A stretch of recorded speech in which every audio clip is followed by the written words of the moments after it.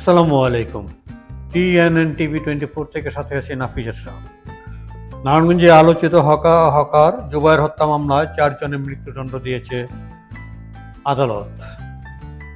একই সাথে 2 জনের যাবজ্জীবন কারাদণ্ড দিয়েছে।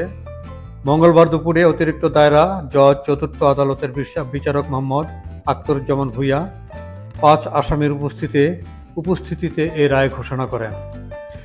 এ সময় একজন যাবজ্জীবন প্রাপ্ত আসামি হাসান পলাতক রয়েছিল। মৃত্যুদণ্ড প্রাপ্তরা হচ্ছে ইকবাল ওরফে ডাক্তার, স্বপন, সাইমন ও সানি। যাবজ্জীবন কারাদণ্ডপ্রাপ্ত হচ্ছে রাসেল ও হাসান।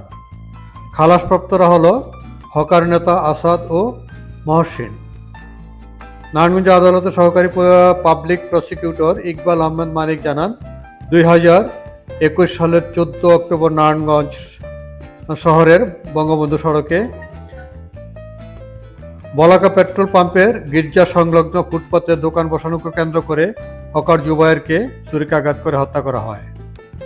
জুবায়ের ফতুল্লার উত্তর মাসদারের আমজাদ হোসেনের ছেলে। জুবায়ের হত্যার পর তার মা মুক্তা বেগম বাদী হয়ে ইকবাল সহ 8 জনের নাম উল্লেখ করে এবং অজ্ঞাত আরও 5 জনকে আসামি করে মামলা দায়ের করেন। হকার জুবায়ের হত্যার মামলায় 12 জন সাক্ষীর সাক্ষ্য গ্রহণ শেষে আদালত 4 জনের মৃত্যুদণ্ড ও 2 জনকে যাবজ্জীবন কারাদণ্ড প্রদান করে। মামলার বাদী নিহতের মা মুক্তা এবং বাবা আমজাদ হোসেন জানান, ছেলে হত্যার মামলার রায়ে তারা সন্তুষ্ট এবং এ রায় দ্রুত কার্যকর করার দাবি জানান তারা। সম্পূর্ণভাবে এই মামলাটা প্রমাণ করতে সমর্থ হয়েছি।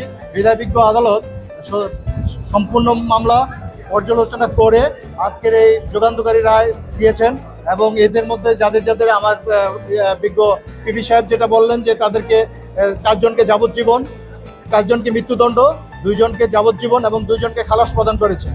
আজকের এই যুগান্তকারী রায়ের মধ্যে আমরা আজ এই সমাজের মধ্যে আর যেহেতু কোনো হানাহানি, কোনো মায়ের বুক খালি না হতে পারে, এটাই একটা দৃষ্টান্ত রয়ে যাবে এই নারায়ণগঞ্জ শহরে।